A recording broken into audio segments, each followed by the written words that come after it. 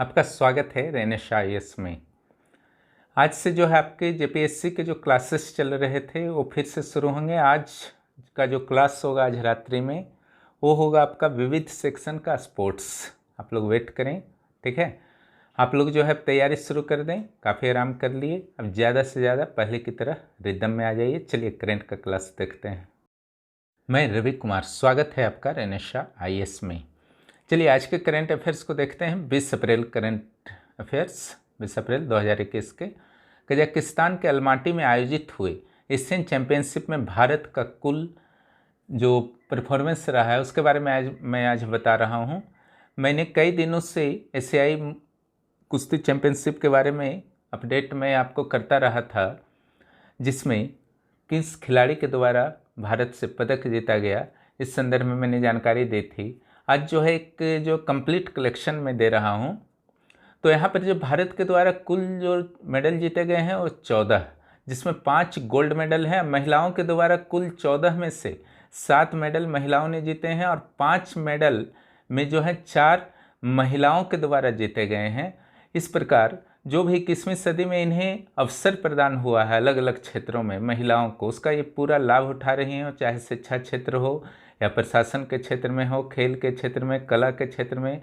यहाँ पर भी आप परफॉर्मेंस देख सकते हैं, काफ़ी अच्छा रहा है महिलाओं का। यह भारत के नारी सशक्तिकरण का प्रतीक है। अगर इस प्रतियोगिता में भारत के स्थान को देखा जाए तो तीसरा स्थान प्राप्त हुआ है और अलमाटी जो है कजाकिस्तान की राजधानी है।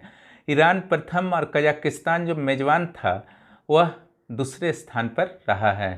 चलिए गोल्ड कौन कौन जीते हैं, इन खिलाड़ियों के नाम को एक नज़र देख लीजिए। विशेष रूप से इन खिलाड़ियों के नाम को दिमाग में रख लीजिएगा, क्योंकि पूछा जाता है जैसे कि बजरंग पुनिया किस खेल से संबंध रखते हैं, साक्षी मलिक किस खेल से संबंध रखते हैं, या विनेश फोगाट किस खेल से जो है संबंध रखते हैं। तो कन्फ्यूजन हो जाता है, खास करके क्रिकेट को छोड़ करके बाकी खेलों के संदर्भ में। आप जो है सिविल सेवा के जो है अभ्यर्थी हैं, इसलिए सिर्फ क्रिकेट नहीं सारे खेलों के प्रमुख घटनाओं पर आपको जो है दृष्टि रखनी है। आर.के. दहिया यानी कि रवि कुमार दहिया को गोल्ड मेडल मिला, यही एक पुरुष खिलाड़ी हैं। बाकी विनेश फोगाट, अंशु मलिक, सरिता मोर, दिव्या ककरान सब महिलाएं हैं। रजत पदक में भी एक महिला को मिला है और 2 पुरुष को हैं। दोनों का टाइटल जो है पुनिया ही है, बजरंग पुनिया, दीपक पुनिया और साक्षी मलिक। अब बाकी सब लोगों को जो भी मिला है और कांस्य पदक मिला है। आइए क्वेश्चन नंबर 2 देखते हैं। एसीएम ट्यूरिंग अवार्ड 2020 किन्हें प्राप्त हुआ है? ए नंबर है अल्फ्रेड वाइनो, बी नंबर है डेविड उलमैन, सी नंबर है उपरोक्त में से दोनों, डी नंबर है उपरोक्त में से कोई नहीं। जिसका सही उत्तर होगा वह होगा सी, डेविड उलमैन। ठीक है, डेविड उलमैन। अल्फ्रेड वाइनो जहां कोलंबिया यूनिवर्सिटी से संबंध रखते हैं, वहीं डेविड उलमैन स्टैनफोर्ड यूनिवर्सिटी से संबंध रखते हैं। एसीएम ट्यूरिंग अवार्ड को नोबेल प्राइज ऑफ कंप्यूटिंग भी कहा जाता है, बहुत ही इंपॉर्टेंट है। जिस ढंग से एबल प्राइज को नोबेल प्राइज ऑफ मैथ कहा जाता है, उसी ढंग से ट्यूरिंग अवार्ड को जो है नोबेल प्राइज ऑफ कंप्यूटिंग कहा जाता है।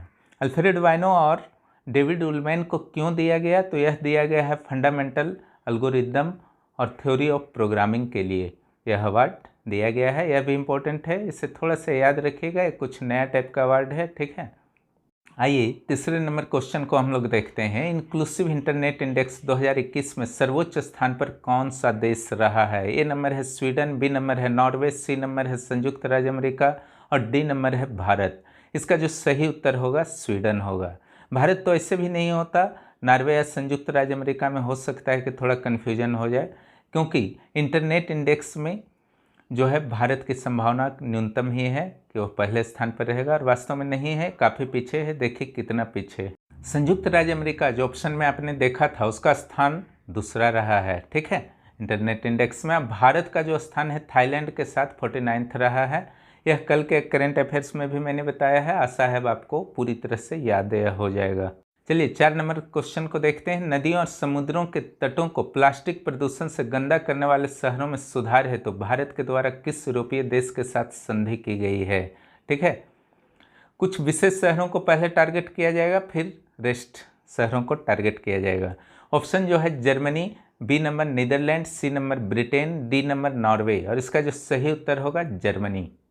प्रथम चरण में जो है कानपुर जो उत्तर प्रदेश में है, कोच्चि जो केरल प्रदेश में है, पोर्ट ब्लेयर जो अंडमान निकोबार में है, इन 3 शहरों को शामिल किया गया है। यहीं पर जो भी परियोजनाएं लाई जाएंगी इस संदर्भ में यहाँ सबसे पहले लागू किया जाएगा। चलिए 5वें नंबर प्रश्न में देखते हैं, ये जेपीएससी के लिए भी आपका बहुत इंपॉर्टेंट है।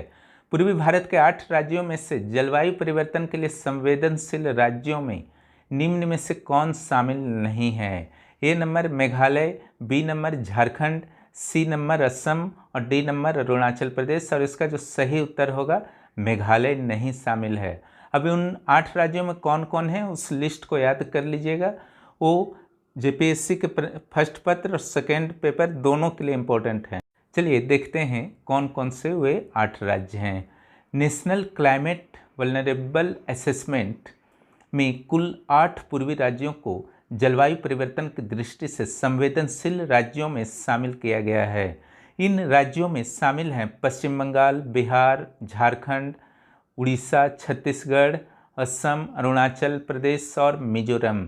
यानी कि उत्तर पूर्वी भारत के 3 राज्य हैं, असम, अरुणाचल प्रदेश और मिजोरम, और झारखंड के सारे पड़ोसी राज्य हैं जो झारखंड से टच करते हैं, छत्तीसगढ़, उड़ीसा, बिहार और पश्चिम बंगाल। केवल यूपी नहीं है इसमें, ठीक है, इस ढंग से याद कर सकते हैं। एक चीज़ और है, असम, बिहार और झारखंड, देखिए झारखंड भी शामिल है कि लगभग 60% जिले जलवायु परिवर्तन की दृष्टि से अत्यधिक संवेदनशील है।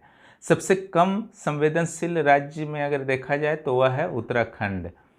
ये प्रश्न जो है जेपीएससी प्रारंभिक परीक्षा के लिए इम्पोर्टेंट है, ध्यान रखिएगा। चलिए अगले प्रश्न को देखते हैं। आज पेपर में आपने पढ़ा होगा इसे। अमेरिका के अंतरिक्ष संगठन नासा के द्वारा 19 अप्रैल 2021 को पहली बार लगभग 29 करोड़ किलोमीटर दूर स्थित मंगल ग्रह पर एक हेलीकॉप्टर को उड़ाया गया है। और यह हेलीकॉप्टर जो था 10 फुट की ऊंचाई पर गया और लगभग 40 सेकंड तक उड़ाया गया। इस हेलीकॉप्टर का क्या नाम है? इंजेन्यूटी, बी नंबर में है परसिवरेंस, सी में कैनेडी, डी में है राइट। तो इसका जो सही उत्तर होगा ए, इंजेन्यूटी। देखिए बहुत ही बड़ी उपलब्धि है मानव जगत के लिए, सिर्फ अमेरिका के लिए ही नहीं, क्योंकि इतनी दूर से किसी हेलीकॉप्टर को किसी वीरान ग्रह पर उड़ा दिया गया है, ठीक है। इससे क्या होगा ना कि वहाँ पर जो मंगल ग्रह है, किसी भी अन्य ग्रह में अगर भविष्य के जो मिशन भेजे जाएंगे और ये संभव होता है किसी भी हेलीकॉप्टर को उड़ाना, तो जो है आपका विशाल क्षेत्रों में सर्वेक्षण का कार्य किया जा सकता है, क्योंकि ज़मीन पे रोवर को धीरे धीरे चलने से बहुत ज़्यादा क्षेत्र 2-4 किलोमीटर का क्षेत्र कवर हो पाता था, अब हजारों किलोमीटर का क्षेत्र जो है कवर हो पाएगा। जिस एयरफील्ड से मंगल ग्रह पर हेलीकॉप्टर ने उड़ान भरा उस एयरफील्ड का नाम क्या रख दिया गया है? Wright brothers. आप जानते हैं 1903 में राइट ब्रदर्स ने ही पहली बार वायुयान उड़ाने में सफलता प्राप्त की थी पृथ्वी पर। अगले क्वेश्चन देखते हैं। झारखंड के रांची विश्वविद्यालय के कम्युनिटी रेडियो खांची को TRF फेलोशिप किस अंतर्राष्ट्रीय संगठन से प्राप्त हुआ है? यह भी आज के पेपर में आया है।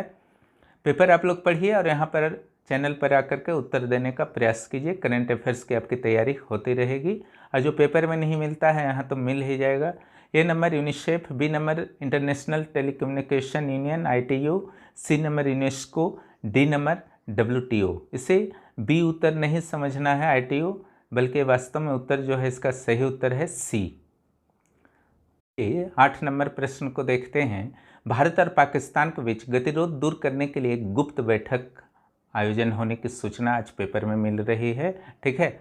इस गुप्त बैठक का आयोजन स्थल कहाँ था? यह प्रश्न भी महत्वपूर्ण है। A number Abu Dhabi, B number Dubai, C number Muscat, D number London, ठीक है। इसका जो सही उत्तर है दुबई, ध्यान रखिएगा। हालांकि इस मीटिंग के दौरान किन मुद्दों पर वार्ता की गई इस संदर्भ में न ही भारत के द्वारा और न ही पाकिस्तान के द्वारा कोई आधिकारिक बयान अब तक आया है।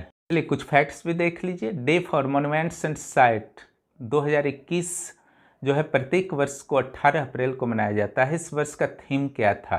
तो ये था आपका complex past diverse future, complex past diverse future. 11 number है द कस्ट इनहेरिटेंस नामक पुस्तक किसने लिखा है? तो इस पुस्तक को लिखने वाले हैं सुतापा वासु के द्वारा लिखी गई है। इस पुस्तक में कोलकाता के बारे में जानकारी दी गई है। मूल्य रूप से यह रहस्यात्मक उपन्यास है।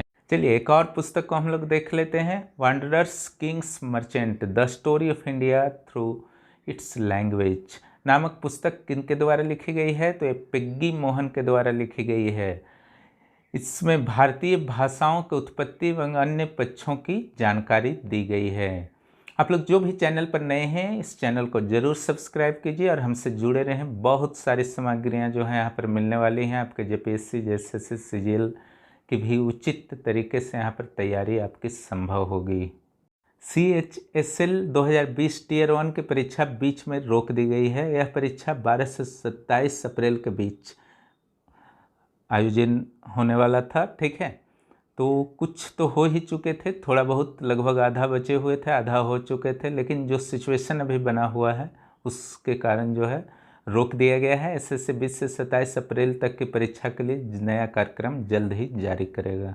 देखिए, जो मंगल ग्रह पर हेलीकॉप्टर उड़ाई गई है उससे संबंधित यह न्यूज है। आप चाहें तो इसे ज़रूर पढ़ें। ठीक है, हालांकि मैंने संक्षेप में इसे बता दिया गया है। इसमें जो चित्र दिया गया है उसमें वैज्ञानिक खुशी प्रकट करते हुए प्रतीत हो रहे हैं।